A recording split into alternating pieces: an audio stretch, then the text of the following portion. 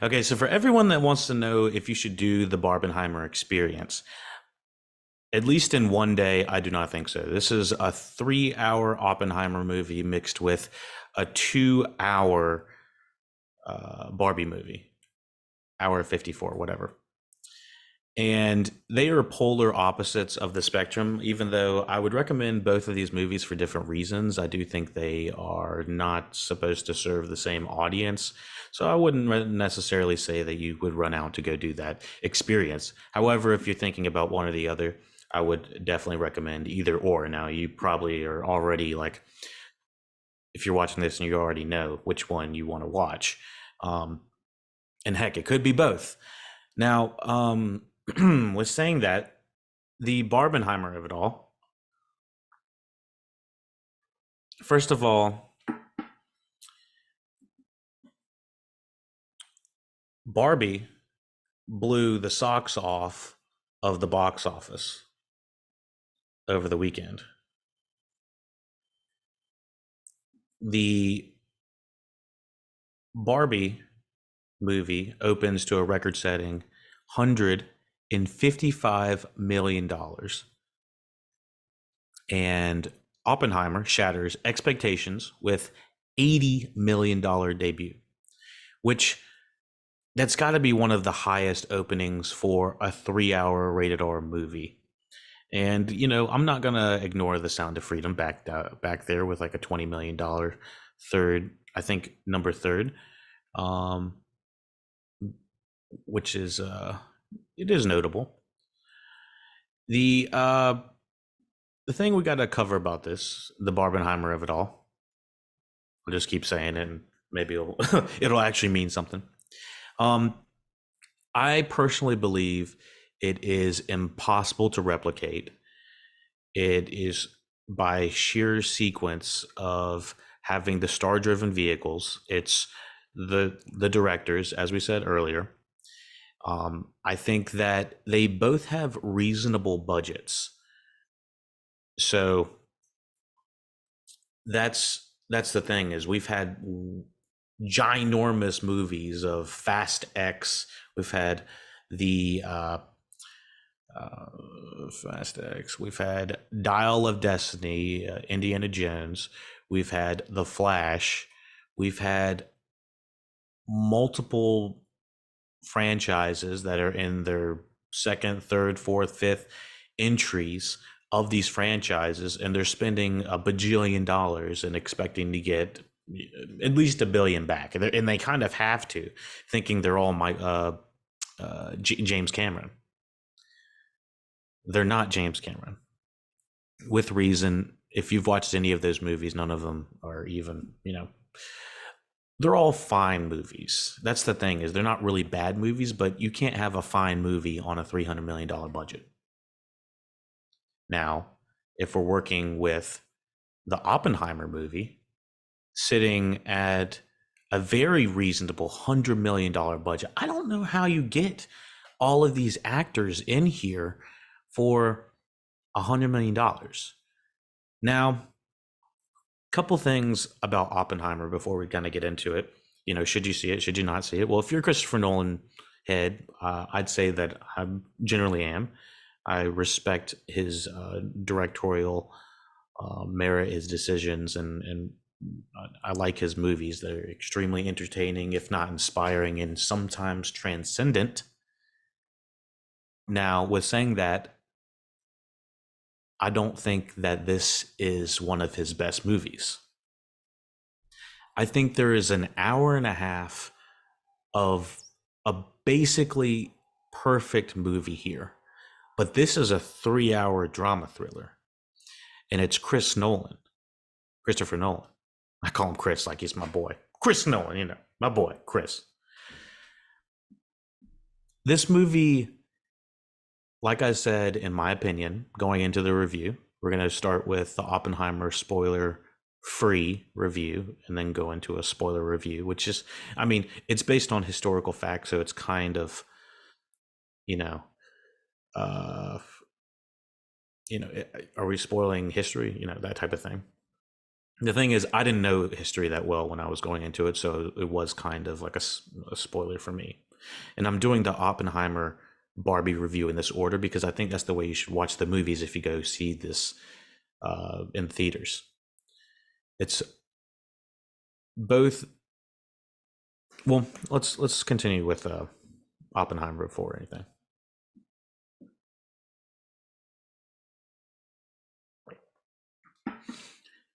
Like I said, there's an hour and a half of what I believe a perfect movie here.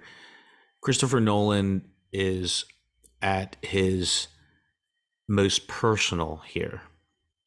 It's based off a book of the American Prometheus. Oppenheimer is a 2023 biographical thriller film written and directed by Christopher Nolan, based on the 2005 biography American Prometheus by Kai Bird and Martin J. Sherwin. The film chronicles the life of J. Robert Oppenheimer, an American theoretical physicist who was pivotal in developing the first nuclear weapons as part of the Manhattan Project, and thereby using in the atomic age. Thereby ushering in the atomic age. Cillian Murphy stars as Oppenheimer with Emily Blunt as Oppenheimer's wife, Catherine Kitty Oppenheimer, Matt Damon as General Leslie Groves, director of the Manhattan Project, Robert Downey Jr. as Lewis Strauss, a senior member of the U.S. Atomic Energy Commission. The ensemble supporting cast includes Florence Pugh, Josh Hartnett, Casey Affleck, Rami Malek, and Kenneth Branagh. The project was announced in September 2021 after Universal Pictures won a bidding war for Nolan's screenplay. Murphy signed on to portray Oppenheimer in October, with others in the main cast joining between November 2021 and April 2022. Pre-production was underway by January 2022, with the filming taking place from February to May. Oppenheimer was filmed in a combination of IMAX 65 millimeter and 65 millimeter large format film, including, for the first time in history, sections in IMAX black and white film photography. As with his previous works, Nolan used extensive practical effects and minimal computer-generated imagery. A lot was announced about all this. So the first thing I want to cover is apparently multiple screenings that were screening this in 70 millimeter, which were, I think, maybe 15 different locations in the US. A lot of them had problems. There were projectionists either didn't know how to run the thing, the projection was overheating. I don't know too much about behind the scenes, but I heard so many different stories of people were watching the film and then it would just stop. I would be livid. So I haven't really had that many bad experiences in the movies. Mostly it's people talking or something like that. But if it came to the projection, I would be like, what in the heck is going on? And so apparently with the way that Christopher Nolan intended the majority of America to see this, they did not see it correctly. And those that attempted to got kind of screwed for it. So I could see a kind of a backlash in that. In something I was talking about with like Avatar 2, it's like you really only get one or two chances to see a movie in theater, in 3D, in the biggest format or whatever, or on IMAX once or twice in your life. Like, it is an experience to go to these things and see that thing. Because, I mean, how else are you going to go back and do it unless you own a movie theater or something like that, So I do kind of savor the experience of a good theatrical experience.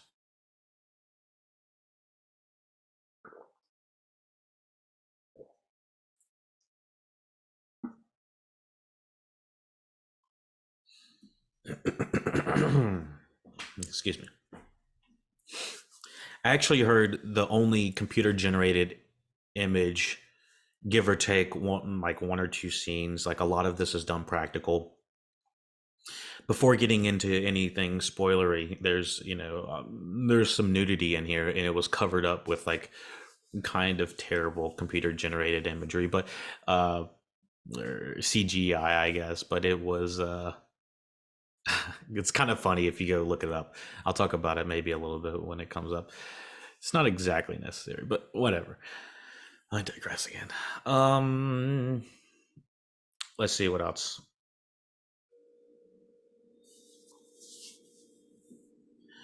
Oppenheimer premiered at Le Grand Rex in Paris on July 11th, 2023, and was theatrically released in the United States and the United Kingdom in 2021.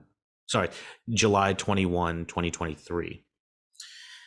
I gotta say that despite this having, the IMAX, the big cinematic flares, the Christopher Nolan of it all, this movie is very much a courtroom hearing for 3 hours dispersed Christopher Nolan style, so non chronologically. They have a very interesting way of showing the color palette from the black and white being, I believe that's modern day, and then the color is uh the flashbacks. And so without going into too many more spoilers, editing is by Jennifer Lame. I don't think that is his same editor. Oh, she was on Tenet, and she also worked on Black Panther, Wakanda Forever, Manchester by the Sea, and Hereditary. Noah Baumbach. I think a lot of people were talking about how this felt like a Noah Baumbach film, and I kind of agree with the way that it's way more. I'd say way more cerebral than I was expecting. The way that Christopher Nolan has presented himself as kind of like an experience of an artist, an experience of a director. When you go see his movies, it's an experience. At least that's how I felt. This was way more of an experience, but in someone's head. I felt like the majority of the time we are either in the head or right up in the temple of Murphy, and he has these cheekbones that David Ehrlich said look 3D coming through the damn IMAX, and these bold and expressive eyes.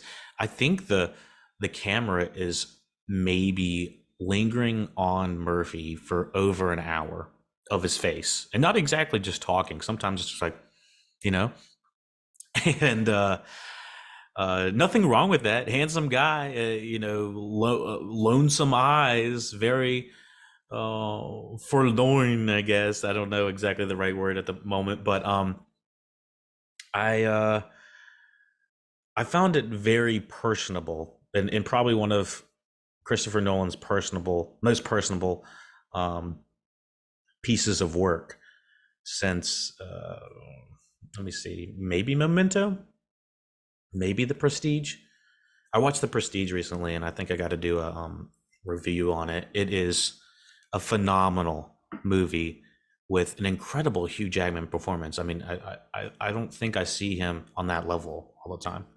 So, if you're Chris Nolan head, you know all of his movies. I think the only one I have not seen was Following. So that was, I believe, his first one. Second one was, I believe, Memento as an independent film. Then he has I think Insomnia. Then he does Batman 1 or Batman Begins, Dark Knight, The Dark Knight Rises. He does Inception. He does Interstellar. He does Dunkirk. He does Tenet. Did I name all of those? Did I get all those right? And yeah, I think what a lot of people would say about Christopher Nolan's work more recently, I'd say within the last 10 years, I'd say post Interstellar, like Dunkirk and some, Tenet, they extremely um well, Tenet was convoluted. I I tried to go back and watch Tenet, and it's impeccably shot, beautiful cinematography. The problem with it is half the time people have masks on. You can't hear what they're saying. And if you don't have captions, which who watches captions in the movie theater unless you absolutely have to, which honestly I wouldn't mind having because I watch captions on Netflix all the time. So kind of going back and forth, I'm like, what are they saying? Um, yeah, if you don't have captions on Tenet, it's like people are speaking in riddles, people are speaking in rhymes. What it feels like no one's making in what sense people are making. They're like, yeah, the bullet's moving backwards. Why? I don't know. What they're being sent to us because I don't know what. It's like, and no one's really questioning anything. John David Washington is just like, He kind of comes off as like the secondary guy, but there is no. His name is the protagonist, but he doesn't feel like he's the protagonist. He feels like he's like the supporting character of another guy, and maybe Robert Pattinson was supposed to be the guy, or it felt like they were supporting characters for the the Inception movie or something like that. They were severely underwritten. The plot was so convoluted. I think a lot of people had problems with Christopher Nolan's Tenet. Like I said, I find his movies experiences, so you kind of have to let it wash over you. Probably watch one or two or three times. I definitely have to watch Oppenheimer again to kind of get that feeling again. I think I have more problems with the Oppenheimer movie due to the pacing of it than any other movie before that he's had. I think Dark Knight Rises had a little bit of an extensive pacing problem toward the end. It didn't really, some things didn't add up, some things did. Wasn't exactly a super satisfying ending for a lot of people. I think I was some of those people. But I kind of felt that here. And sometimes Nolan has his what feels like the climax of his movie happen at the beginning. And that's not necessarily a bad thing, but I kind of feel like this doesn't happen at the beginning, but I gotta say, the middle is kind of where the climax is, and there was a good wrapping up point, or there was a good like time to start. Like, all right, bring all the subplots together. Let's bring everything together, and instead, I tried my darndest not to look at my watch. I was like, I'm having a this is a great movie. I'm understanding it. It's certainly more of a courtroom boardroom drama than I was expecting, but I like that. And it's impeccably shot, incredibly acted, everything above, you know? But the climax happens, and then we find out some major reveals, like I said, still non-spoiler. And I'm like, okay. And I look at my watch, and they figure some things out. I'm like, all right, this is a great point to start wrapping things up. I'm like, this has got to we got to be like 2 hours and 30 in. We got to be 2 hours 30 in. I was like, we still have an hour and 15 minutes. I looked at my watch. We got there at 12:30, and I think it was like 2:45 when I looked at my watch. I was like, oh my god. And I was like, it feels like too much of a good thing, you know, when sometimes I equate films to meals or something like that. You know, when you have an amazing meal, an amazing, I don't know, uh, I don't. A lot of people are vegans now, but sometimes got to go with the steak. A nice juicy steak, or if you're a vegan, a nice salad or whatever that you don't normally get to have. But you're kind of like cutting into it, and it tastes so good and tastes so good. You're like, oh my god, this is amazing.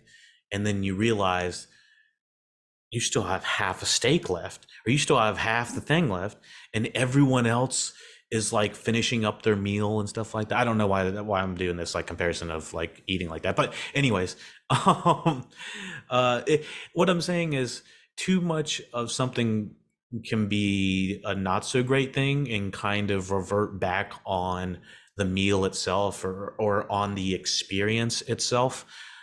And I definitely feel like this movie is bloated. And so if you look at it as a movie, I think it's a bloated movie. If you think of it as a 3 hour mini series of 3 hours each, I'll take that.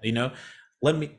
The thing about Tenet was, I think it was released on HBO Max at the same time as it was released during theater, and it was all like crazy pandemic times. I honestly wished this movie had been released on Max so that I could watch it in the luxury of my own home. I I definitely looked at my watch and I was like, holy shit, we've gotten the climax, what I think is the climax, and then we've gotten some major reveals about 2 hours in ish, and we still have a lot of time left. And I was like, whew, this is gonna be a long one. On top of the 30 minutes of trailers. Let's not forget, I don't think studios are factoring in 30 minutes of trailers, 20 minutes to get to the theater. It was a half day event just to do Oppenheimer. I don't I very seldomly believe in a 3 hour movie. I think Avatar 2 was like maybe the last movie in the last like 5 years I believe actually needs that 3 hour runtime. But I was just like, this is excessive.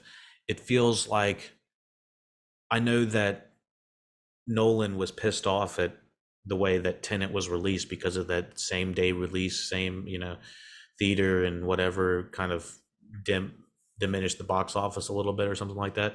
Um, and they kind of ran with those movies. So he ran over to from Warner Brothers to Universal Studios, and by doing that, I think he got carte blanche. He got a blank check basically for this movie, and he got to do what he wanted. And he said, I want a 3 hour movie. I want to release it for this many days. I hear that it was released July 11th, and I just read an article the other day that said that it's not going to be on digital or anything for till October. And so that is kind of, I think that's all Nolan's doing. So continuing on, its simultaneous release with Barbie led to the Barbenheimer phenomenon on social media, which encouraged audiences to see both films as a double feature. Like I said earlier, I would not watch this all in the same day. That's a lot. And I don't even think the majority of people that are watching Barbie would even, I think they would enjoy an hour and a half uh, Oppenheimer, but I don't think that they would enjoy, the majority of the Barbie audience would enjoy a 3 hour movie. Um, Leading into Barbie.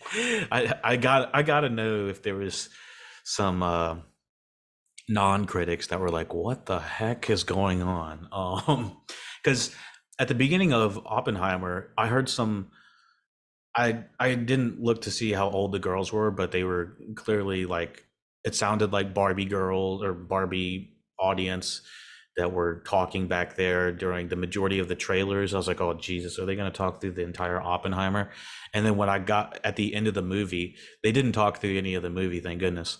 But I turned around a little bit, and they were like, they look like that commercial where that says "Don't do drugs," and they're like stuck in their seats. They're like melted into the seats.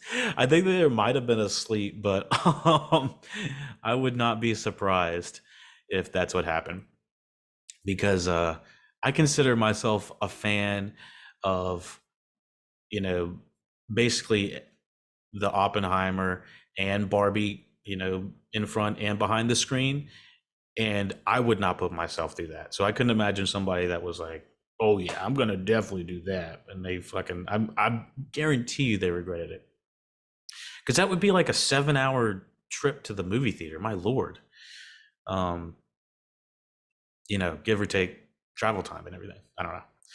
Anyway, people did double features. I heard it was around 200,000 tickets that were sold for the double features. I'm not sure what that includes or if that was just AMC's numbers. Um, the film has grossed over $209 million worldwide. That is Oppenheimer, and received critical acclaim with particular praise for the cast, screenplay, and visuals. The cast is amazing, and we have our boy Hoyt van Hoytema, who's come back from working with what was he doing? He was with Jordan Peele last. I love this guy. He's the cinematographer for Nope. He worked with Nolan on Tenet. He worked on Ad Astra. Didn't love the movie, but loved the visuals. He did the camera work for Nolan's Dunkirk in 2017. He did Spectre from Sam Mendes. He did the camera work for, he did the cinematography for Interstellar for Nolan. He was with Spike Jonze on Her, and then really started off with let me see, The Fighter. The Fighter was what really got him on the check sheet with David O. Russell, and then from there, I think it was when Spike Jonze worked with him in 2013, really got him, and then Interstellar, obviously. Yeah, love my boy Hoyt. Um, Anything else we want to discuss before we get into spoilers? 180 minutes is ridiculous, in my opinion. I love everything about this, uh, except the runtime, I think.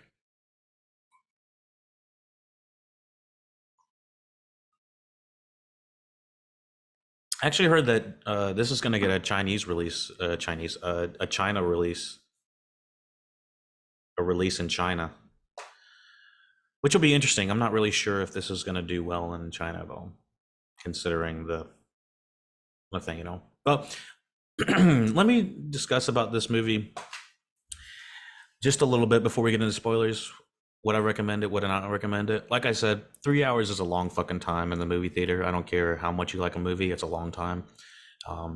Add another 30 minutes for the trailers, and Jesus, you got a quarter of your day taken up by a movie. So, if you're a Nolan stan, obviously go check him out. He's doing some of his most personal work, but don't be expecting a massive spectacle.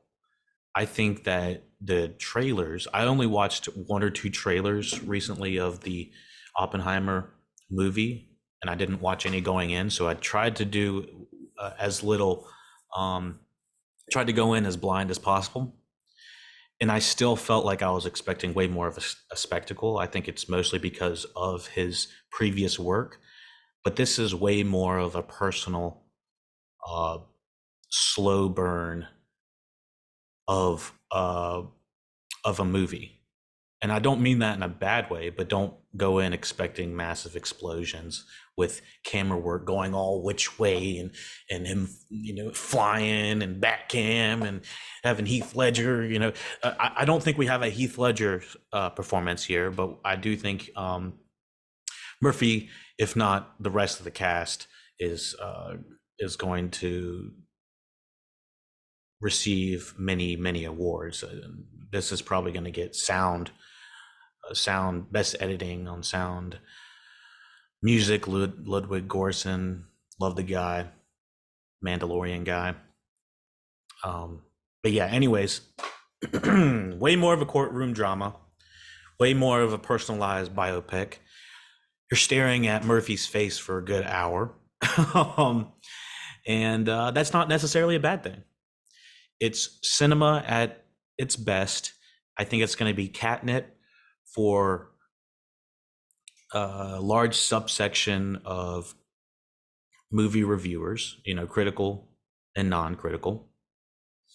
And I'm of the opinion that it's a solid hour too long. If it was a mini series, I think it'd probably be perfect. But since you have me in the theater for what feels like almost a third of my day, or a quarter of my day, Can't do it. The dude does not abide. On top of the emotional tale that's told here with Oppenheimer, what the movie really feels like is it's grasping from him needing to create something, but also if he doesn't create it, someone else will, and possibly, use it against him.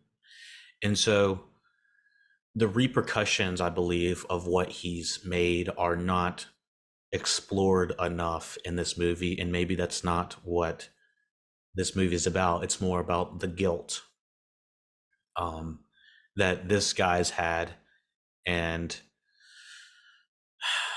how bad do you feel guilty for a guy that's created something of this magnitude, or he feels like he's lit the fuse to something that he can't stop, and once the fuse is lit, it is in some sort of way taken away from him, but also to an extent that, you know did you have to do that? Did you have to create that? And for some reason, the light coming in the window is making my making me look all ominous. I'm like, did you need to do that? So just kind of ignore that light right there. I don't feel like fixing it at the moment. So yeah, I'm not sure if we're 100%. We're with him the entire time, but like the the repercussions of what actually happened, I'm not sure are explored in this. And I think that would probably be my biggest criticism to this, um, as it goes. So, given I'm getting this information from the Wikipedia, take with a grain of salt. Could be possibly wrong. So, do your own research. This is all for entertainment, and this is all for recapping the movie. There's a quick note right here that the film's events take place in a non-linear timeline, as Nolan does, alternating between Oppenheimer's story from Cambridge to Los Alamos, his security hearing in 1954, and Strauss's confirmation in 1959. For the purposes of this article, the story is summarized in chronological order.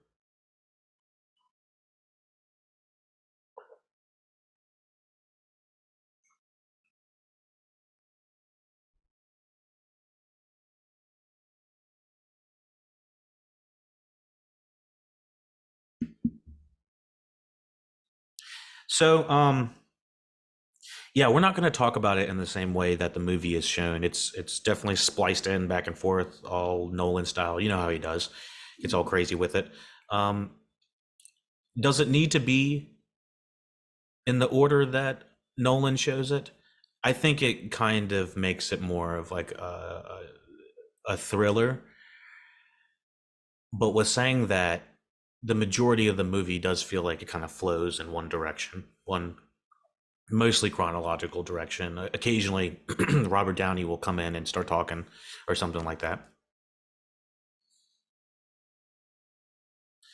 Let me see anything else that we needed to cover. $100 million budget. All right, we are going to discuss this movie in full spoilers. If you have not seen the movie, if you don't want to know anything about it, head on out now. Like I said, LuckyDog for all of the links in the description. Thumbs up, subscribe, follow. You know what to do to help support the podcast. Sharing the podcast helps a lot too. Let me get a little bit more coffee, and we'll begin the spoiler review for Oppenheimer.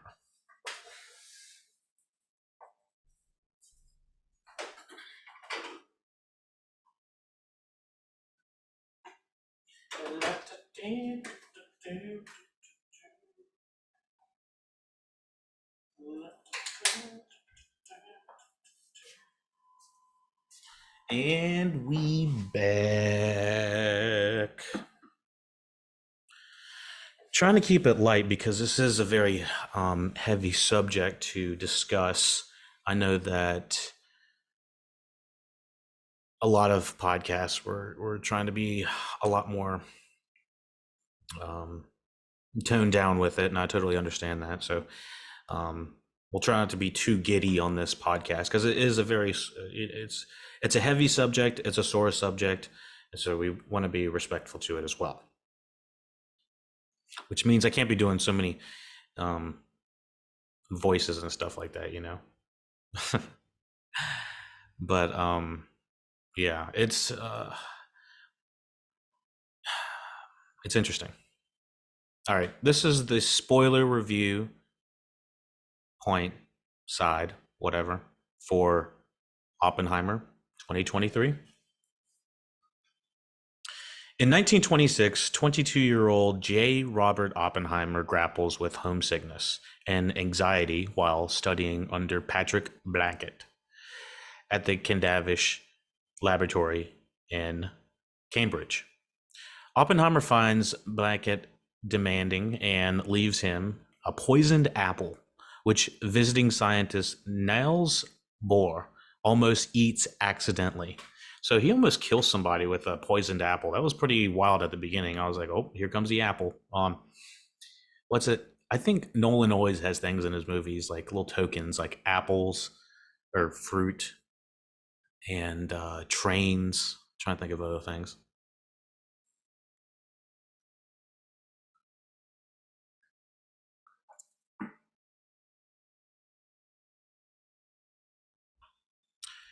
Oppenheimer completes his PhD in physics at the University of Gottingen.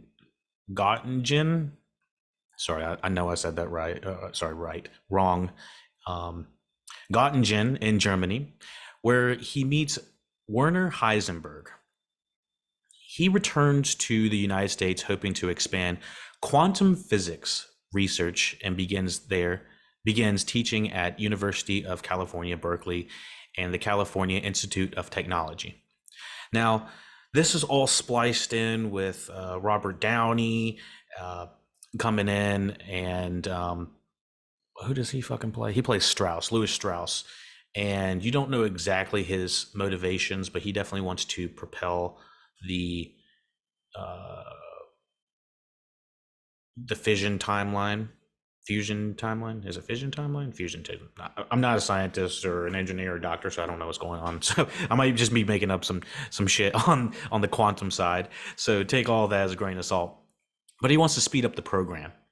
Anyways, the other things that we're seeing from the visual standpoint are uh, Einstein is there. There's something spoken to. Um, there's something spoken to Oppenheimer uh, at the pond. We don't know exactly what's said because it's from the perspective of Strauss, and instantly Einstein is soured on on Strauss, and so uh, we're also seeing visuals of looks like exploding atoms and stars and stuff like that, and very abstract visuals at the beginning of the movie. I like the visuals. I like the abstractness. It kind of reminds me a lot of Interstellar. I know that a lot. He said that most of this movie's not done and with CGI at all, and I believe that because it kind of looked like they're using scale models a little bit in some of those explosions and those at the beginning.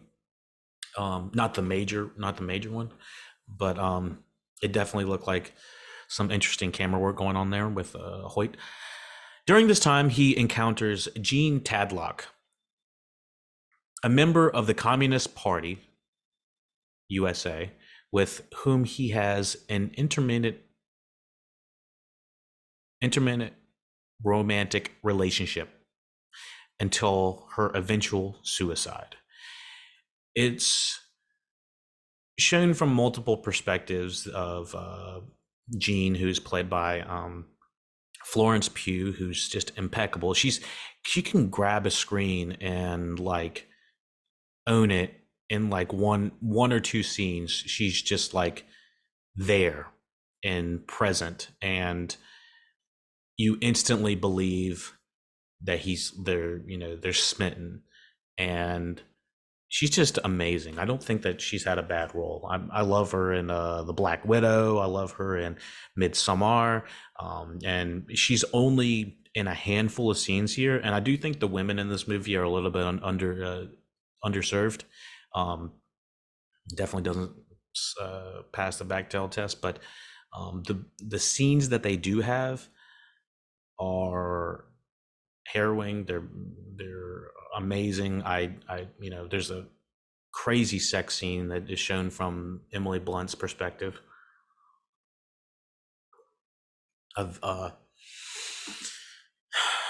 her feeling like that, you know, Oppenheimer's life is just exploited out for this entire boardroom, which is not exactly wrong. I mean, they have to go through almost every single minute detail of this guy to, really find out, is he a communist? Is he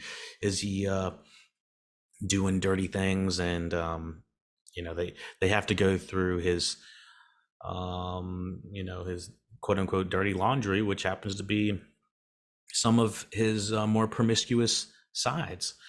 Um, Unfortunately, Jean loved. Well, it's kind of permitted that Jean loved him so much that she killed herself. I'm not sure if that's why though.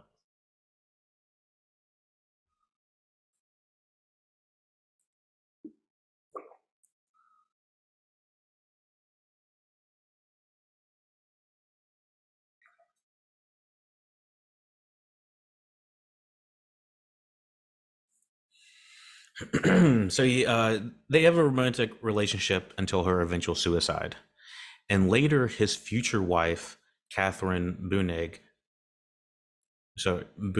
Booning, a biologist and ex-communist.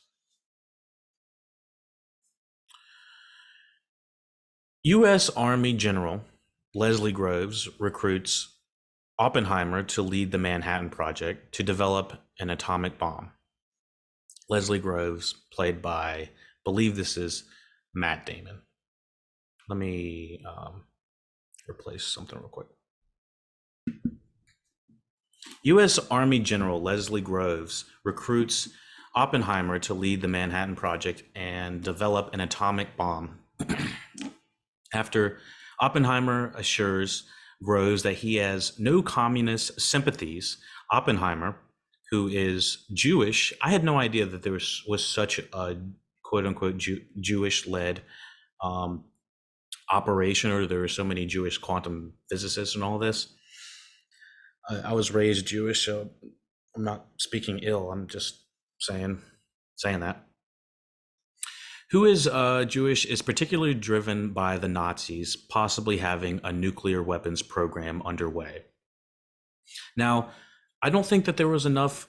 It was all speculation, and I don't believe that there was any actual evidence that this was happening.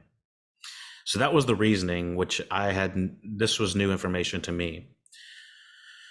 Underway, headed by Heisenberg, the guy that he had met earlier.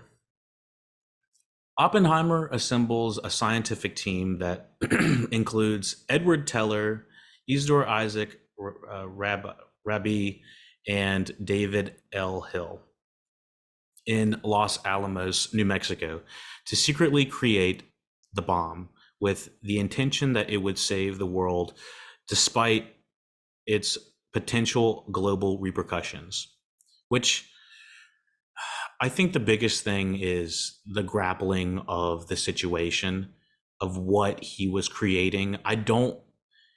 It felt so much like he was like, "Oh, I just built the bullet. I'm not the one that pulled the trigger," that kind of thing. And the Truman of it all later kind of feels like that, but dude, you made something that could potentially do that type of damage, and I'm not sure at all in the first half of the movie that he even talks about what's going to happen. I mean, we see the testing of it and we know how bad it's going to be. And the reasoning behind it. He's like, yeah, we don't want the Nazis to have it, but that doesn't mean to go use it on someone else or to go use it on, on Japan. And so for that all to happen, it just seems like a slippery slope for you to say, well, this guy didn't really mean it for it to happen on them. He meant to happen on them. Whoopsie, like a classic mix up. No, man. Dude, do you know what you just made? Like, okay, I think I'm finding my problem with this movie is that there was not enough evidence, in my opinion, shown to say that this was worth being built. This was worth the level of we had to go this far, because by this time it was all created and everything, the war was essentially over. But then they had another problem, and it was like, oh, we got Japan. I was like, oh, son of um, so I think that's my biggest problem is that there was not enough evidence for him to have done that. But obviously, just saying the word Nazi is like, oh, well, you can't live with that. So, and I will say the writing in this is very good. I think one of the lines, I'm gonna kind of butcher it, but it's like I think Oppenheimer is like, I don't know whether I should or should not build the bomb, but I know that it's better than having them do it. And so they're having the Nazis have it, and that's, I completely agree. So I'm running a little bit late on time. I just realized that I'm gonna have to come back for the Barbie review. We'll finish up right here. Uh, Headed by the Oppenheimer assembles the team. Crazy good team. Crazy list of actors from Josh Peck to Rami Malek to Hartnett to with the Hartnett Renaissance. Him in Black Mirror. It's just amazing. So yeah, yeah. Despite secretly create the bomb in New Mexico with an intention to save the world despite its potential global repercussions. During the development, Oppenheimer and Albert Einstein discuss how an atomic bomb could trigger a chain reaction that could destroy the world. It's like, whoops. It's like, damn it, dude. Oppenheimer learns that, and I have listened to some documentaries, read some things about Einstein, how his leading into science and understanding of gravity, quantum physics, all this stuff had led him to the atom bomb. But by going to the bomb, by it going in the science leading into weapons, it deterred him from wanting to learn more about science, which is kind of crazy. It's like, damn, y'all really did Einstein like that? So you can see why he's so dismissive of the majority of the United States government officials. And this big division, this movie does talk about the division of scientists and state. So, damn, I didn't realize what time it was. When Germany surrenders in World War II, some project scientists, some project scientists doubt the bomb's continued importance. The bomb is completed, and the Trinity test is successfully conducted just before the Potsdam conference. It is, I've said this before, beautifully horrifying what happens. Just from the visuals that were shown from the non CGI parts of it, it looks like an actual really fucking real explosion. To the leading up to it, to everyone's reaction, to people being excited that this is the test is successful. There's so many different parts about this movie that really go into it. And like I said, I need to watch this several more times to kind of really fold it in. But I gave this like a 7 out of 10. I think I forgot to mention that earlier, but most of it goes to the visuals of what we're being shown. It's we're taken there to a place, and I feel like we're there, and I feel like I was blown away. And that is the quote unquote money shot, the big shot that's being shown in the theaters and whatnot. And so that's really the big force right there. Let me see. So that's the Trinity test. The bomb is completed, and the Trinity test is successfully conducted just before the Potsdam conference. And the sound, oh my gosh, you see it before you feel it, and then you hear it. It's just like so many. I can't even describe it. That's the Nolan experience. U.S. President Harry S. Truman decides to drop atomic bombs on Hiroshima and Nagasaki. One to show what could happen, the second one to show what will happen, or something like that.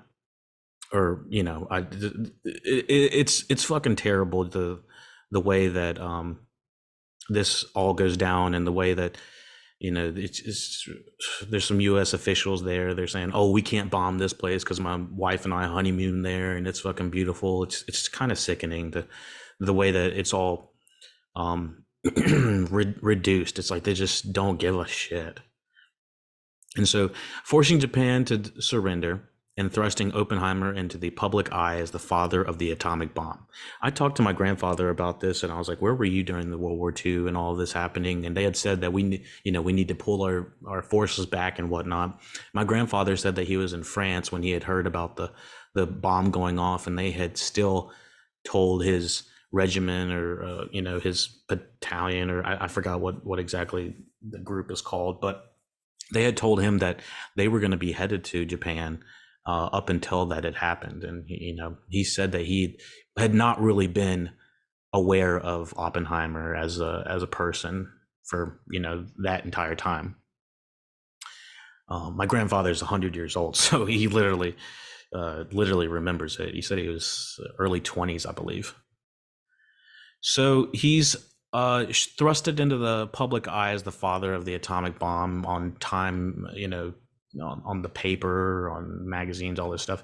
Haunted by the immense destruction and suffering the bombs caused, Oppenheimer personally urges Truman to use restraint in developing even more powerful weapons. Truman perceives Oppenheimer's distress as weakness and insists that as president, he alone bears responsibility for the bomb's use. Oppenheimer continues to feel the guilt. And Gary Oldman as Truman is, he's a fucking bull. He is, I didn't realize that Truman was kind of this bold, I guess. I don't know too much about this president as much, but he basically tells him to he's like, get this crybaby out my office. Apparently there was a story of like Oppenheimer just feeling guilty in the president's office, and he's like hands him a fake handkerchief. Apparently this is a real story. Like I said, I take this with a grain of salt. I don't have the facts all 100% in front of me with the sources, but I've heard this is based off of real shit. So and my goodness, Murphy looks very similar to Oppenheimer. He got the high cheekbones and everything. I guess that Oppenheimer had those blue eyes as well. It's interesting they had the blue eyes and he was Jewish, but whatever. You can be whatever. Do your thing, I guess. Sorry, I'm trying to rush this a little bit more, unfortunately, because I'm running late on time. Truman perceives Oppenheimer's distress as weakness, and says, get the hell out of my office.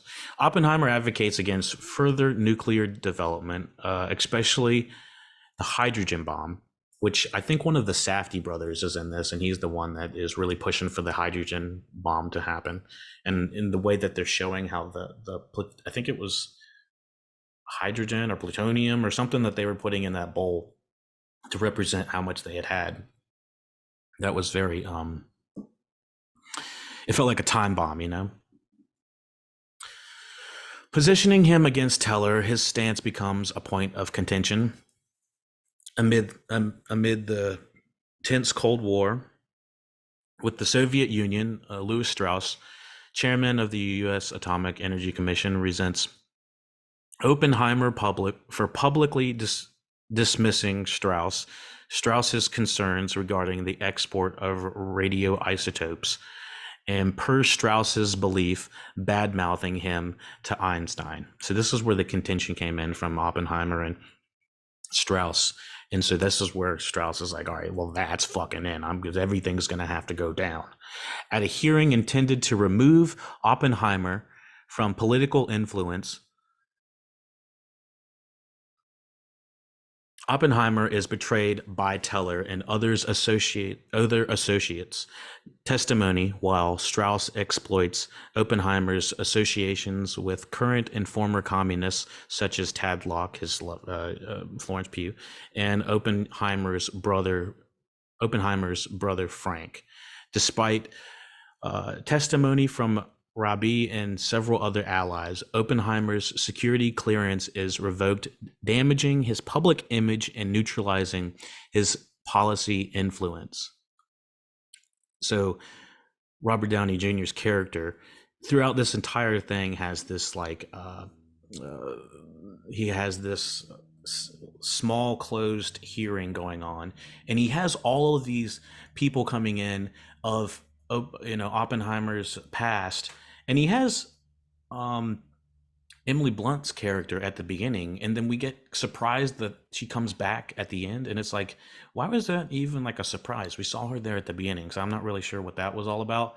um but there was a lot of like testimony from all these, and they're all huge name actors. We got anything from I think we got the Safdie. He comes in, he says, yeah, I don't trust the guy. And then we come in and we have what's his face, Matt Damon's Leslie Groves comes in and is like, yeah, I wouldn't pass him either. I was like, damn you, all y'all turning your backs on me after this. It's like, dang, everyone turned his back. And then Hartnett showed up but didn't say anything. I think a lot of different as what is it, Ernest Lawrence showed up, but he didn't say anything. Frank, all these people were communists that were surrounded by him, but he got really screwed. Talking about Florence Pugh and his brother, stuff like that. Let me see. Later at the Senate confirmation hearing on Strauss's confirmation as Secretary of Commerce, Strauss's personal motives in engineering Oppenheimer's downfall are exposed by Hill, and Strauss's confirmation fails. Oppenheimer's downfall are exposed by Hill, and Strauss's confirmation fails. And so that is Rami Malek, who is basically being pushed around the entire movie up until this very end, where he has to go full on Mr. Robot, and he has to go in with the Senate hearing. He's like, shim, let me do the whole thing. And he's like, basically, he's regurgitating the entire movie, the twist on the twist, the Nolan twist, classic Nolan twist, of what actually is happening and the reveal of the reveal. And so it causes Robert Downey Jr.'s Strauss character, historical character, to get exposed, and the confirmation fails. In 1963, President Lyndon B. Johnson presents Oppenheimer with the Enrico Fermi Award as a gesture of political rehabilitation. It is revealed that Oppenheimer's earlier conversation with Einstein was not about Strauss, but rather the far-reaching implications of nuclear weapons. Oppenheimer wonders whether the Trinity test, to a large extent his creation, launched a chain reaction of events that could lead to a nuclear holocaust. And that, my friends, is the Christopher Nolan movie, Oppenheimer, 2023. Let me know what you thought about the review. Let me know how I can improve. Obviously, we are kind of rushed at the end of this. I had prior commitments that I have to attend to. But if you have any comments, anything, any corrections, if you have a review, did you do the Barbenheimer? What two movies do you think would go together similar to like Barbie and Oppenheimer? I'd say the two movies that I can remember actually seeing in theaters that I did the Barbenheimer experience, I saw back to back, that I did that to, was Avatar and Jumper. And that was about as far as two could go, I guess. But what movies did you see together that were like the Barbenheimer experience? Like I said, I would give this a 7 out of 10. An amazing experience to see in the theaters. It is way more of a slow burn biographical look at Oppenheimer, and we have the cerebral parts in it are great, but they are very They draw it out, and it does feel like a long 3 hour movie. So that's kind of my critical take on Oppenheimer 2023. I'll be back on later to review the Barbie movie, and we'll finish up any Oppenheimer stuff we have in there as well, just because they kind of go hand in hand with this big weekend. So, all right, everyone, you know what to do. Take it easy. And kind of before we finish up, I honestly was supposed to mention this at the end. My biggest critical thing about this movie, the Oppenheimer, is that I don't think we're reckoned enough with what has happened to Japan. And given the lack of diversity from the representation of the Japanese people in this movie, it just feels like we're kind of stuck in his head. But anyways, I could be here all day. All right, I gotta go. Y'all know what to do. Take it easy.